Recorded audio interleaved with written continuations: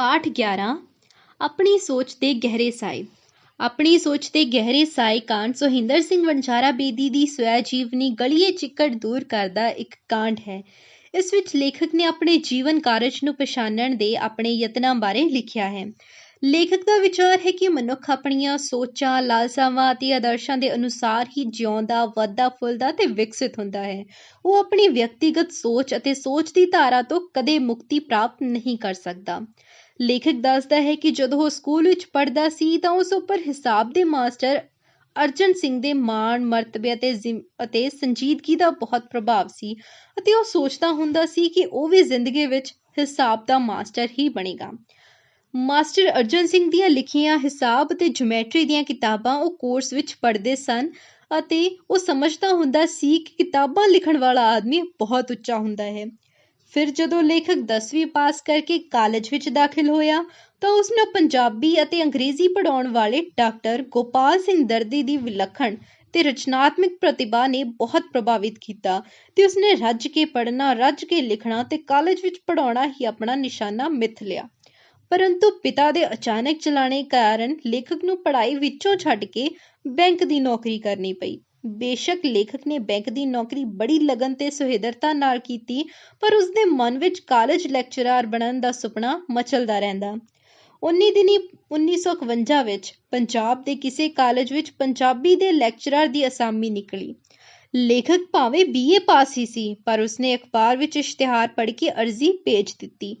ਭਾਵੇਂ ਉਸਨੂੰ ਆਪਣੀ ਇਸ ਹਰਕਤ ਉੱਤੇ ਹਾਸਾ ਹੀ ਆਇਆ। ਦੇਸ਼ ਦੀ ਵੰਡ ਮਗਰੋਂ ਲੇਖਕ ਦੇ ਮਨ ਵਿੱਚ ਕਾਲਜ ਵਿੱਚ ਪੜ੍ਹਾਉਣ ਦੀ ਇੱਛਾ ਬੜੀ ਤੀਬਰ ਹੋਈ। ਇਸ ਕਰਕੇ ਹੀ ਉਸਦਾ ਕਿਸੇ ਨੌਕਰੀ ਉੱਤੇ ਮਨ ਹੀ ਨਹੀਂ ਸੀ ਟਿਕਦਾ। 1950 ਵਿੱਚ ਜਦੋਂ ਪੰਜਾਬੀ ਯੂਨੀਵਰਸਿਟੀ ਨੇ ਪੰਜਾਬੀ MA ਦਾ ਕੋਰਸ ਆਰੰਭ ਕੀਤਾ ਤੇ ਪ੍ਰਾਈਵੇਟ ਇਮਤਿਹਾਨ ਦੇਣ ਦੀ ਆਗਿਆ ਦੇ ਦਿੱਤੀ ਤਾਂ ਲੇਖਕ ਨੂੰ ਆਪਣੇ ਸੁਪਨੇ ਸਾਕਾਰ ਹੁੰਦੇ ਦਿਸੇ।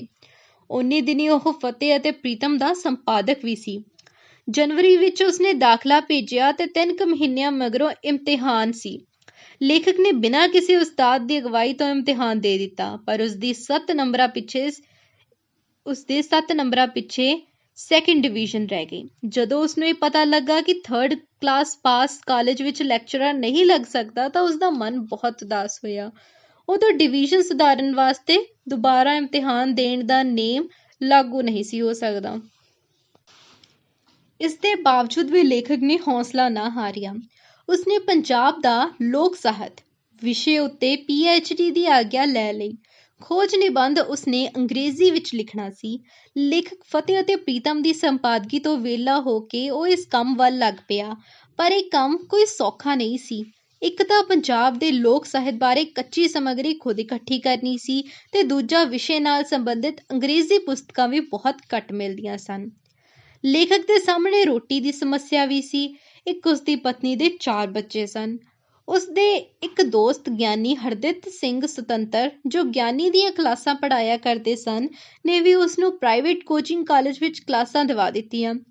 ਇਸ ਨਾਲ ਲੇਖਕ ਦੇ ਘਰ ਦੀ ਦਾਲ ਰੋਟੀ ਚੱਲ ਪਈ ਤੇ ਉਹ ਖੋਜ ਨਿਬੰਧ ਦਾ ਕੰਮ ਕਰਨ ਲੱਗਾ। ਇਹਨਾਂ ਦਿਨਾਂ ਵਿੱਚ ਲੇਖਕ ਨੇ ਲੋਕਧਾਰਾ ਦੇ ਸੰਕਲਪ ਤੇ ਇਸ ਦੇ ਖੇਤਰ ਨਾਲ ਸੰਬੰਧਿਤ ਸ਼ਬਦਾਂ ਨੂੰ ਸਮਝਣ, ਡੂੰਘਾਈ ਤੱਕ ਉਤਰਨ ਤੇ ਵਸਤੂ ਅਧਿਐਨ ਤੋਂ ਬਿਨਾਂ ਕਾਫੀ ਸਾਰੀ ਸਮੱਗਰੀ ਲੋਕਾਂ ਤੋਂ ਇਕੱਠੀ ਕੀਤੀ। ਉਸਦੀ ਰਚਨਾ ਪੰਜਾਬੀ ਲੋਕਧਾਰਾ ਵਿਸ਼ਵਕੋਸ਼ ਦਾ ਆਦਿ ਵੀ ਇਹਨਾਂ ਦਿਨਾਂ ਵਿੱਚ ਹੀ ਹੋਇਆ। ਇਹਨਾਂ ਦਿਨਾਂ ਵਿੱਚ ਹੀ ਉਸਨੇ ਸਟੈਂਡਰਡ ਫੋਕਲੋਰ ਡਿਕਸ਼ਨਰੀ ਖਰੀਦ ਕੇ ਉਸਦਾ ਅਧਿਐਨ ਸ਼ੁਰੂ ਕੀਤਾ। ਲੇਖਕ ਨੂੰ ਲੋਕਧਾਰਾ ਇਕੱਤਰ ਕਰਨ ਦੀ ਬਹੁਤੀ ਸਮੱਗਰੀ ਸ਼ਰਨਾਰਥੀਆਂ ਤੋਂ ਮਿਲੀ, ਜੋ ਧਨੀ, ਪੋਠੋਹਾਰ, ਸ਼ਾਹਪੁਰ ਤੇ ਮੁਲਤਾਨ ਤੋਂ ਆ ਕੇ ਦਿੱਲੀ ਵਿੱਚ ਵਸੇ ਸਨ। ਲੋਕਧਾਰਾ ਬਾਰੇ ਲੇਖਕ ਨੇ ਇਹਨਾਂ ਤੋਂ ਕੁਝ ਜਾਣਿਆ। ਇਸ ਤਰ੍ਹਾਂ ਉਸਦੇ ਅਨੁਭਵ ਦਾ ਆਧਾਰ ਪੁਸਤਕਾਂ ਨਹੀਂ ਸਗੋਂ ਲੋਕ ਸੰਸਕ੍ਰਿਤੀ ਰਹੀ ਹੈ। ਇੱਕ ਮੁਲਤਾਨੀ ਪਰਿਵਾਰ ਦੀ ਇੱਕ ਕੁੜੀ ਦੁਆਰਾ ਗਾਏ ਜਾ ਰਹੇ ਇੱਕ ਲੋਕ ਗੀਤ ਨੂੰ ਸੁਣ ਕੇ ਉਸਨੂੰ ਅਨੁਭਵ ਹੋਇਆ ਕਿ ਲੋਕ ਗੀਤਾਂ ਦਾ ਅਸਲ ਪ੍ਰਭਾਵ ਉਹਨਾਂ ਦੀ ਧੁਨੀ ਵਿੱਚ ਹੈ। ਉਸਨੇ ਗੀਤ ਤਾਂ ਬਥੇਰੇ ਇਕੱਠੇ ਕਰ ਲਏ, ਪਰ ਉਹਨਾਂ ਦੀਆਂ ਧੁਨਾਂ ਟੇਪ ਰਿਕਾਰਡ ਤੋਂ ਬਿਨਾਂ ਇਕੱਤਰ ਹੀ ਨਹੀਂ ਸਨ ਹੋ ਸਕਦੀਆਂ ਤੇ ਇਹ ਉਸਦੀ ਵਿੱਤ ਵਿੱਚ ਨਹੀਂ ਸੀ। ਇਸੇ ਤਰ੍ਹਾਂ ਲੇਖਕ ਨੂੰ ਇੱਕ ਮੁਲਤਾਨੀ ਬਜ਼ੁਰਗ ਮਿਲਿਆ, ਜੋ ਲੱਕੜਾਂ ਕੱਟ ਕੇ ਤੇ ਵੇਚ ਕੇ ਗੁਜ਼ਾਰਾ ਕਰਦਾ ਸੀ। ਉਸਨੂੰ ਬਹੁਤ ਸਾਰੇ ਲੋਕ ਗੀਤ ਤੇ ਲੋਕ ਕਹਾਣੀਆਂ ਯਾਦ ਸਨ, ਪਰ ਉਸਨੂੰ ਰੋਟੀ ਟੁੱਕਰ ਤੋਂ ਹੀ ਵੇਲ ਨਹੀਂ ਸੀ ਮਿਲਦੀ ਤੇ ਪੈਸੇ ਲੈ ਕੇ ਉਹ ਲੇਖਕ ਨੂੰ ਲਿਖਾਉਣ ਲਈ ਰਾਜ਼ੀ ਨਾ ਹੋਇਆ। ਅੰਤ 2 ਮਹੀਨਿਆਂ ਮਗਰੋਂ ਉਹ ਮਰ ਗਿਆ। ਇੱਕ ਵਾਰੀ ਲੇਖਕ ਨੇ 2 ਓਪਰੀਆਂ ਜਵਾਨ ਕੁੜੀਆਂ ਨੂੰ ਇੱਕ ਅਖਾਣ ਪਾਉਂਦਿਆਂ ਸੁਣਿਆ ਜੋ ਉਸਨੇ ਪਹਿਲਾਂ ਕਦੇ ਨਹੀਂ ਸੀ ਸੁਣਿਆ। ਲੇਖਕ ਆਪਣੀ ਪਤਨੀ ਨੂੰ ਆਪਣੀ ਸਾਲੀ ਦੀ ਮੌਤ 'ਤੇ ਪ੍ਰਾਚਵਣੀ ਕਰਨ ਆਈਆਂ ਤੀਵੀਆਂ ਵਿੱਚੋਂ ਉਠਾਲ ਕੇ ਉਹਨਾਂ ਮੁਟਿਆਰਾਂ ਕੋਲ ਲੈ ਗਿਆ। ਉਸਨੇ ਉਹਨਾਂ ਤੋਂ ਉਹ ਅਖਾਣ ਪੁੱਛਿਆ ਜੋ ਇਉਂ ਸੀ: ਨਨਾਣਾ ਚਰਖੇ ਦੀਆਂ ਤਾਣਾਂ, ਦੇਵਰ ਦਿਲ ਦੇ ਜ਼ੇਵਰ। ਇੱਕ ਵਾਰੀ ਲੇਖਕ ਦੇ ਸਹੁਰੇ ਪਿੰਡ ਦੀ ਇੱਕ ਪੋਠੋਹਾਰਨ ਪ੍ਰਕਾਸ਼ ਉਹਨਾਂ ਦੇ ਘਰ ਆਈ ਤੇ ਉਸਨੇ ਉਸ ਤੋਂ ਬਹੁਤ ਸਾਰੇ ਲੋਕ ਗੀਤ ਇਕੱਠੇ ਕੀਤੇ। ਇਸੇ ਤਰ੍ਹਾਂ ਲੇਖਕ ਨੇ ਇੱਕ ਵਾਰੀ ਆਪਣੀ ਸੱਸ ਨੂੰ ਕਿਸੇ ਜਵਾਨ ਮੌਤ ਉੱਤੇ ਅਲਾਉਣੀਆਂ ਪਾਉਂਦਿਆਂ ਸੁਣਿਆ। ਲੇਖਕ ਉਹਨਾਂ ਨੂੰ ਲਿਖਣਾ ਚਾਹੁੰਦਾ ਸੀ। ਉਸਦੇ ਜ਼ਿੱਦ ਕਰਨ ਤੇ ਇੱਕ ਦਿਨ ਉਸਦੀ ਸੱਸ ਵਿਹੜੇ ਵਿੱਚ ਦਰੀ ਵਿਛਾ ਕੇ ਤੇ ਘੁੰਡ ਕੱਢ ਕੇ ਬੈਠ ਗਈ ਤੇ 2-3 ਸਾਲ ਪਹਿਲਾਂ ਆਪਣੇ ਸਵਰਗਵਾਸ ਹੋਏ ਜਵਾਨ ਪੁੱਤਰ ਨੂੰ ਯਾਦ ਕਰਕੇ ਵੈਣ ਪਾਉਣ ਲੱਗੀ ਤੇ ਲੇਖਕ ਨੇ ਉਹ ਲਿਖਣੇ ਆਰੰਭ ਕਰ ਦਿੱਤੇ। ਉਸਦਾ ਰੋਣਾ ਸੁਣ ਕੇ 2-3 ਗੁਆਂਢਣਾਂ ਨੱਠੀਆਂ ਆਈਆਂ। ਲੇਖਕ ਨੇ ਉਹਨਾਂ ਨੂੰ ਗੱਲ ਸਮਝਾਈ ਪਰ ਉਹਨਾਂ ਦੇ ਕੁਝ ਪੱਲੇ ਨਾ ਪਿਆ। ਫਿਰ ਉਸਦੇ ਸਹੁਰਾ ਸਾਹਿਬ ਆ ਗਏ ਤੇ ਲੇਖਕ ਸ਼ਰਮਸਾਰ ਹੋਇਆ ਉੱਥੋਂ ਅਜਿਹਾ ਨੱਠਿਆ ਕਿ ਕਈ ਦਿਨ ਉਸਦੀ ਉੱਧਰ ਮੂੰਹ ਕਰਨ ਦੀ ਹਿੰਮਤ ਨਾ ਪਈ। ਲੇਖਕ ਦੁਆਰਾ ਇਕੱਤਰ ਕੀਤੀ ਉੱਪਰਲੀ ਸਾਰੀ ਸਮੱਗਰੀ ਪੰਜਾਬ ਦਾ ਲੋਕ ਸਾਹਿਤ ਪੁਸਤਕ ਦਾ ਰੂਪ ਧਾਰਨ ਕਰ ਗਈ। ਇਸੇ ਤਰ੍ਹਾਂ ਹੀ ਲੇਖਕ ਨੇ ਆਪਣੇ ਪਿੰਡਾਂ ਤੋਂ ਆਏ ਸਾਕ ਸੰਬੰਧੀਆਂ ਤੋਂ ਸੁਣੀਆਂ ਲੋਕ ਕਹਾਣੀਆਂ ਨੂੰ ਪੰਜਾਬ ਦੀਆਂ ਲੋਕ ਕਹਾਣੀਆਂ ਪੁਸਤਕ ਦੇ ਰੂਪ ਵਿੱਚ ਤੇ ਅਖਾਣਾਂ ਨੂੰ ਲੋਕ ਆਖਦੇ ਹਨ ਦੇ ਰੂਪ ਵਿੱਚ ਛਪਵਾਇਆ। ਉਨੀ ਦਿਨੀ ਲੇਖਕ ਹਰ ਰੋਜ਼ ਸਵੇਰੇ ਨਾਸ਼ਤਾ ਕਰਕੇ ਹਾਰਡਿੰਗ ਲਾਇਬ੍ਰੇਰੀ ਵਿੱਚ ਚਲਾ ਜਾਂਦਾ ਸੀ। ਦੁਪਹਿਰੀ ਖਾਣੇ ਵੇਲੇ ਘਰ ਆਉਂਦਾ ਸੀ। ਸ਼ਾਮ ਨੂੰ ਉਹ ਕੋਈ ਪ੍ਰਾਈਵੇਟ ਟਿਊਸ਼ਨ ਪੜ੍ਹਾਉਂਦਾ ਸੀ। ਇਸ ਤਰ੍ਹਾਂ ਉਹ ਸਾਰਾ ਦਿਨ ਆਪਣੇ ਹਰਕੁਲੇਸ ਸਾਈਕਲ ਉੱਪਰ ਭੱਜਾ ਫਿਰਦਾ ਰਹਿੰਦਾ ਸੀ। ਪਰ ਇੱਕ ਦਿਨ ਕਿਸੇ ਨੇ ਲਾਇਬ੍ਰੇਰੀ ਦੇ ਬਾਹਰੋਂ ਉਸਦਾ ਤਾਲਾ ਲੱਗਿਆ ਸਾਈਕਲ ਚੋਰੀ ਕਰ ਲਿਆ। ਪਰੇਸ਼ਾਨ ਹੋਇਆ ਲੇਖਕ ਥਾਣੇ ਰਿਪੋਰਟ ਕਰਵਾਉਣ ਗਿਆ। ਥਾਣੇ ਵਾਲਿਆਂ ਨੇ ਉਲਟਾ ਉਸਨੂੰ ਡਾਂਟਣਾ ਸ਼ੁਰੂ ਕਰ ਦਿੱਤਾ। ਜਦੋਂ ਲੇਖਕ ਨੇ ਆਪਣੇ ਅਖਬਾਰਨਵੀਸ ਹੋਣ ਦਾ ਰੋਪ ਪਾਇਆ ਤਾਂ ਪੁਲਿਸੀਏ ਨੇ ਉਸਨੂੰ ਕਿਹਾ ਕਿ ਉਹ ਰਸੀਦ ਲੈ ਆਵੇ, ਫਿਰ ਰਿਪੋਰਟ ਲਿਖੀ ਜਾਵੇਗੀ। ਲੇਖਕ ਰਸੀਦ ਲੈਣ ਲਈ ਘਰ ਵੱਲ ਜਾਣ ਲੱਗਾ ਤਾਂ ਇੱਕ ਆਦਮੀ ਨੇ ਉਸਨੂੰ ਆਪਣੀ ਸਾਈਕਲ ਦੇ ਗੁਆਚਣ ਤੇ ਪੁਲਿਸ ਦੁਆਰਾ ਲੱਭਣ ਦੀ ਕਹਾਣੀ ਸੁਣਾਈ ਤੇ ਕਿਹਾ ਕਿ ਇਹ ਰਿਸ਼ਵਤ ਲੈਣਗੇ ਪਰ ਪੱਲੇ ਫਿਰ ਵੀ ਕੁਝ ਨਹੀਂ ਪਾਉਣਗੇ। ਇਹ ਸੁਣ ਕੇ ਲੇਖਕ ਨਿਰਾਸ਼ ਹੋ ਕੇ ਘਰ ਆ ਗਿਆ। ਜਦੋਂ ਉਸਦੀ ਪਤਨੀ ਨੂੰ ਪਤਾ ਲੱਗਾ ਤਾਂ ਉਸਨੇ ਨਿੰਮੋ ਚੋਣੀ ਹੋਈ ਨੇ ਅੰਦਰੋਂ ਆਪਣਾ ਸੋਨੇ ਦਾ ਹਾਰ ਕੱਢ ਕੇ ਲੇਖਕ ਨੂੰ ਦੇ ਦਿੱਤਾ। ਲੇਖਕ ਨੇ ਚਾਂਦਨੀ ਚੌਂਕ ਵਿੱਚ ਜਾ ਕੇ ਹਾਰ ਵੇਚਿਆ, ਸਾਈਕਲ ਖਰੀਦਿਆ ਤੇ ਬਚਦੇ 20 ਰੁਪਏ ਆਪਣੀ ਪਤਨੀ ਦੇ ਹੱਥ ਜਾ ਫੜਾਏ। ਇਹ ਦੇਖ ਕੇ ਪਤਨੀ ਦੀਆਂ ਅੱਖਾਂ ਭਰ ਆਈਆਂ। ਸਾਈਕਲ ਮਿਲਣ ਤੇ ਲੇਖਕ ਨੇ ਆਰਕੀਓਲੋਜੀਕਲ ਲਾਇਬ੍ਰੇਰੀ ਵਿੱਚ ਜਾਣਾ ਸ਼ੁਰੂ ਕਰ ਦਿੱਤਾ। ਇਹ ਭਾਰਤੀ ਸੱਭਿਆਚਾਰ, ਧਰਮ, ਇਤਿਹਾਸ ਤੇ ਲੋਕਧਾਰਾ ਦਾ ਅਮੁੱਕ ਖਜ਼ਾਨਾ ਸੀ। ਕੁਝ ਪੁਰਾਣੇ ਪੱਤਰ, Indian antiquity, Punjab notes and query, royal Asiatic journal, folklore journal ਤੇ ਪੰਜਾਬ ਦੇ ਹਰ ਜ਼ਿਲ੍ਹੇ ਦੀ ਗਜ਼ਟੀਅਰ ਇੱਥੋਂ ਬਿਨਾਂ ਹੋਰ ਕਿਸੇ ਥਾਂ ਨਹੀਂ ਮਿਲਦੀ। ਇਹਨਾਂ ਰਸਾਲਿਆਂ ਵਿੱਚ ਪੰਜਾਬ ਦੀ ਲੋਕਧਾਰਾ ਨਾਲ ਸੰਬੰਧਿਤ ਬੇਹੱਦ ਸਮੱਗਰੀ ਪਈ ਹੈ। ਲੇਖਕ ਇਸ ਖਜ਼ਾਨੇ ਨੂੰ ਗਵਾਉਣਾ ਨਹੀਂ ਸੀ ਚਾਹੁੰਦਾ ਤੇ ਉਹ ਬਿਨਾਂ ਨਾਗਾ ਲਾਇਬ੍ਰੇਰੀ ਖੁੱਲ੍ਹਦੇ ਸਾਰ ਉੱਥੇ ਪਹੁੰਚ ਜਾਂਦਾ ਤੇ ਬੰਦ ਹੋਣ ਤੇ ਬਾਹਰ ਨਿਕਲਦਾ। ਉਸਨੂੰ ਘਰ ਦੀ ਭੁੱਖ ਨੰਗ ਭੁੱਲੀ ਹੋਈ ਸੀ ਤੇ ਆਪ ਵੀ ਸਾਰਾ ਦਿਨ ਪਾਣੀ ਪੀ ਕੇ ਪੜ੍ਹਦਾ ਜਾਂ ਲਿਖਦਾ ਰਹਿੰਦਾ। ਘਰੋਂ ਉਹ ਇਹ ਕਹਿ ਕੇ ਜਾਂਦਾ ਕਿ ਉਹ ਨੌਕਰੀ ਲੱਭਣ ਲਈ ਇੰਪਲਾਇਮੈਂਟ ਐਕਸਚੇਂਜ ਚੱਲਿਆ ਹੈ। ਜਦੋਂ ਉਹ ਸ਼ਾਮੀ ਥੱਕਿਆ ਟੁੱਟਿਆ ਘਰ ਪਹੁੰਚਦਾ ਤਾਂ ਉਸਦੀ ਪਤਨੀ ਸਮਝਦੀ ਕਿ ਉਹ ਸਾਰਾ ਦਿਨ ਨੌਕਰੀ ਲਈ ਭਟਕਦਾ ਰਿਹਾ ਹੈ।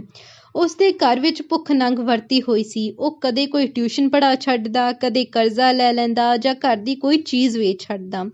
ਜਦੋਂ ਚਾਰੇ ਪਾਸੇ ਵਾਹ ਪੇਸ਼ ਨਾ ਜਾਂਦੀ ਤਾਂ ਪਤਨੀ ਨੂੰ ਬੱਚਿਆਂ ਸਮੇਤ ਉਸਦੇ ਮਾਪਿਆਂ ਦੇ ਭੇਜ ਦਿੰਦਾ। ਆਰਕੀਓਲੋਜੀਕਲ ਲਾਇਬ੍ਰੇਰੀ ਵਿੱਚ ਉਹ ਕਈ ਮਹੀਨੇ ਜਾਂਦਾ ਰਿਹਾ ਤੇ ਇੱਥੋਂ ਉਸਨੇ ਬਹੁਤ ਕੁਝ ਗ੍ਰਹਿਣ ਕੀਤਾ। ਇੱਥੇ ਹੀ ਉਸਦਾ ਡਾਕਟਰ ਅੰਬੇਦਕਰ, ਪ੍ਰੋਫੈਸਰ ਪ੍ਰੀਤਮ ਸਿੰਘ ਤੇ ਦੇਵਰਾਜ ਚਾਨਣਾ ਨਾਲ ਮੇਲ ਹੋਇਆ। ਸੈਂਟਰਲ ਸਕੱਤਰੇਤ ਲਾਇਬ੍ਰੇਰੀ ਨਾਰਥ ਬਲਾਕ ਵਿੱਚ ਸਥਿਤ ਸੀ। ਇੱਥੇ ਪਾਸ ਬਣਵਾ ਕੇ ਅੰਦਰ ਜਾਣਾ ਪੈਂਦਾ ਸੀ। ਹੁਣ ਲੇਖਕ ਨੇਮ ਨਾਲ ਇੱਥੇ ਜਾਣ ਲੱਗਾ। ਇੱਥੇ ਵੀ ਦੁਰਲੱਭ ਕਿਤਾਬਾਂ ਦਾ ਖਜ਼ਾਨਾ ਸੀ।